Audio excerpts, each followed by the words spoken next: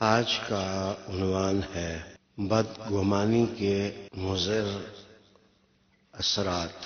ایک عام سا آدمی بھی ان دو لفظوں کے معنی کو اچھی طرح جانتا ہے کہ خوش گمانی کیا ہوتی ہے اور بدگمانی کیا ہوتی ہے۔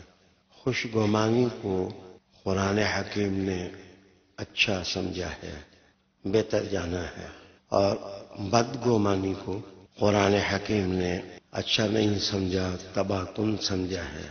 یہ قوموں کو بھی تباہ کر دیتی ہے، افراد بھی اس سے برباد ہو جاتے ہیں۔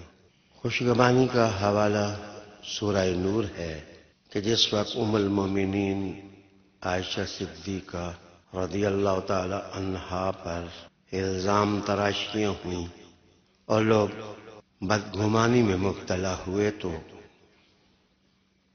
اللہ تعالیٰ نے ارشاد فرمایا کہ ان مومنوں کو، مومن مردوں اور مومن عورتوں کو چاہیے یہ تھا کہ یہ خوش گمان ہوں، خیر سوچیں۔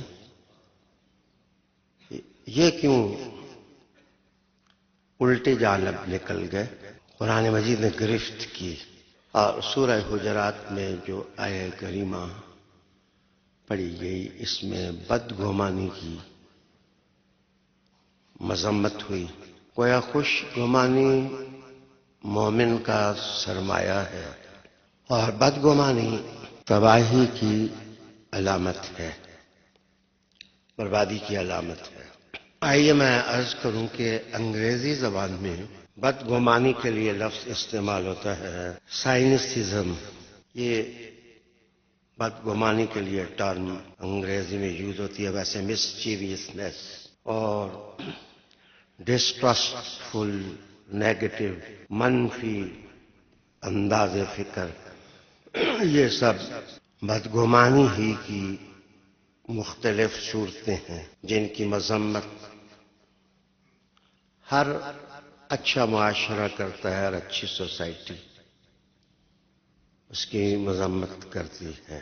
علماء درس نظامی کے نزدیک اگر ان بادشاہوں کی گلی میں نہ آؤں تو بادشاہ تو بادشاہی، ان کے نزدیک ایک زن منطقی ہے، اس میں بحث ہے، لیکن اصل بندہ حقیقت سے اوصاف کی طرف جائے، پہلے حقیقت کی شناسائی ہو اور اس سے وہ اوصاف کی طرف جائے تو یہ یقین کی قسم ہے۔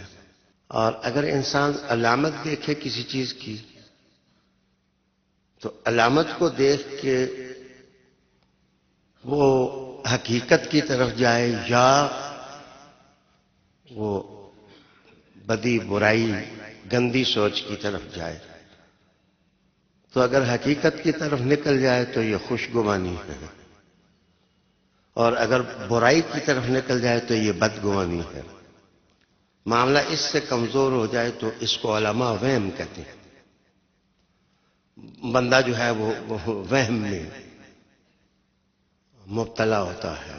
اس کی مثال دینے لگا ہوں، پھر آپ فوراً سمجھ جائیں گے کہ یہ میرے ہاتھ پر دیکھیں، یہ ایک چھوٹا سا سرخ نشان مہندی لگانے سے بن گیا ہے۔ آپ کے سامنے میں ہاتھ لاؤں تو یہ آپ 1000 آدمی ہیں تو 1500 ہیں تو 502 ہیں تو 2، آپ دیکھیں تو آپ اس کے بارے میں گمان کریں گے، سوچیں گے۔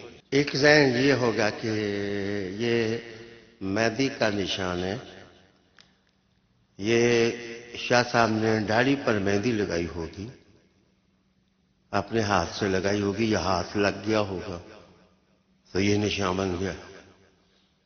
دوسرا بندہ ہو سکتا ہے یہ سوچ لے خور ہے انہوں نے شادی نہ کر لی ہو، یہ اس کا گمان ہے۔ تیسرا بندہ سوچ کے کہے کہ نہیں، معاملہ یہ نہیں ہے، ہو سکتا ہے کہ ہاتھ جلتے ہوں تو انہوں نے اس جلنے کی آنچ کو دور کرنے کے لیے مہندی لگا لی ہو. ایک اور بندہ سوچنے لگ جائے کہ جی یہ بڈھے ہو گئے ہیں، اس عمر میں مہندی لگانے کی کیا ضرورت ہے. ایک اور بندہ جو ہے وہ اس کو دیکھے اور دیکھ کے کہے کہ یار کچھ بھی نہیں، بس ویسے ہی ہے. لوگ بھی چھوٹے سے نشان سے پتہ نہیں کیا کیا کہانیاں بنا لیتے ہیں. اب آپ نے دیکھا ہے کہ اس نشانی کو دیکھ کے اچھے خیالات بھی دماغ میں بنے اور برے خیالات بھی دماغ میں بنے.